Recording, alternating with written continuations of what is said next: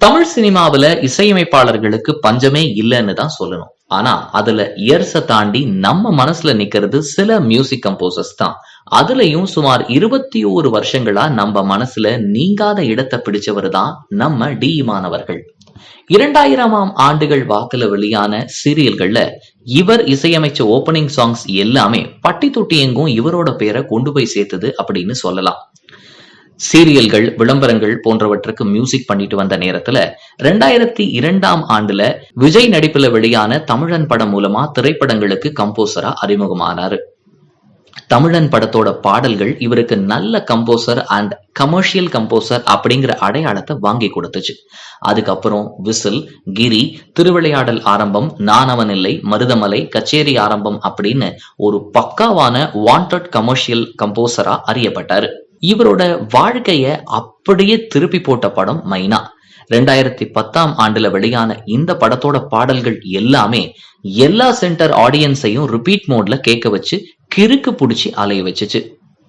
அதுல உருவானதுதான் இந்த D Imman and Yugabharathi கூட்டணி. மைனா படத்துக்கு அப்புறம் நெவர் எவர் லுக்கிங் பேக் அப்படின்னு சொல்ற அளவுக்கு படங்கள் இவர் பக்கம் வந்து குமிய ஆரம்பிச்சது. டி இமான் அப்படின்னு சொன்னாலே கிராமிய மனம் சொட்ட சொட்ட பாடல்கள தரத்துல இவர் கை தேர்ந்தவர். அதுலயும் மெலடி கிங்னு கூட சொல்லலாம். இதே கூட்டணி அடுத்ததா மேசிவ் ஹிட் கொடுத்த திரைப்படம் கும்கி. இந்த படத்தோட பாடல்கள் டி இமான இன்னும் வேற ஒரு தளத்துக்கு கொண்டு போய் ரொம்ப பிஸியான கம்போசரா மாத்துச்சு. பாண்டிய நாடு, தேசிங்கு ராஜா, வருத்தப்படாத வாலிபர் சங்கம், ஜில்லா, ரம்மி, கயல், வெள்ளைக்கார துரை அப்படின்னு அடுக்கிக்கிட்டே போலாம் இவரோட ஆல்பம் ஹிட் சாங்ஸ். அதோட சிவகார்த்திகேயனோட ஆஸ்தான கம்போசரும் இவர்தான். இந்த ஹிட் பாடல்களோட ரீச் அவருக்கு ரஜினி, அஜித் போன்ற சூப்பர் ஸ்டார்களோட படங்களை அள்ளி கொடுத்துச்சு. விஸ்வாசம், அண்ணாத்த பட பாடல்கள் எல்லாமே சூப்பர் டூப்பர் ஹிட். இவ்வளவு உச்சத்துக்கு போனதுக்கு அப்புறமும் எப்போதுமே திறமையான ஆட்கள் எங்க இருந்தாலும் அவங்கள தேடி கண்டுபிடிச்சு அவங்களுக்கு சரியான வாய்ப்பை கொடுப்பாரு நம்ம டி இமான்.